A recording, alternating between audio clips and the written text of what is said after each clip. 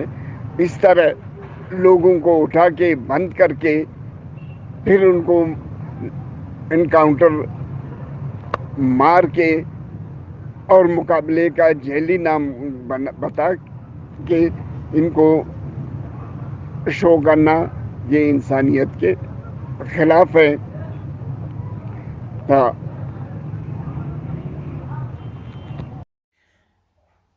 اس پر آپ کی تنظیم کیا سوچ رہی ہے؟ آئندہ کا لائحہ عمل کیا اختیار کریں گے تاکہ اس کو روکا جا سکے؟ تنظیم نے تو پہلے کئی دفعہ ان کے بارے میں کہہ چکا ہے اور لیٹر بھی لکھا ہے اقوام متحدہ کو، ایمنسٹی انٹرنیشنل کو اور انسانی حقوق کے اداروں کو کہ پاکستان میں خصوصاً بلوچستان میں لاپتہ افرادوں کو جو ہے نا لے جا کے انٹرکاؤنٹ شو کر کے ان کو مارا جاتا ہے. تو ابھی ہم ان کے لیے جو ہے نا ایک مظاہرہ کر رہے ہیں سی ٹی ڈی کے خلاف، اور اس کے بعد جو ہے نا ہم عدالت عالیہ میں ایک پٹیشن سی ٹی ڈی کے خلاف درج کریں گے. تو یہ ہمارا آئندہ کا لائحہ عمل ہوگا. مظاہرے تو ہمیشہ ہوتے رہتے ہیں، ریلیاں ہمیشہ نکالتے ہیں ان کے خلاف. ابھی بھی بہت جلد ایک ریلی یا مظاہرہ اس کے خلاف ہوگا، سی ٹی ڈی والوں کے خلاف، اور اس کے بعد پھر عدالت عالیہ میں اس کے لیے ایک پٹیشن سی ٹی ڈی کے خلاف دائر کریں گے انشاءاللہ تعالی. یہ ہمارا آئندہ کا لائحہ عمل ہو.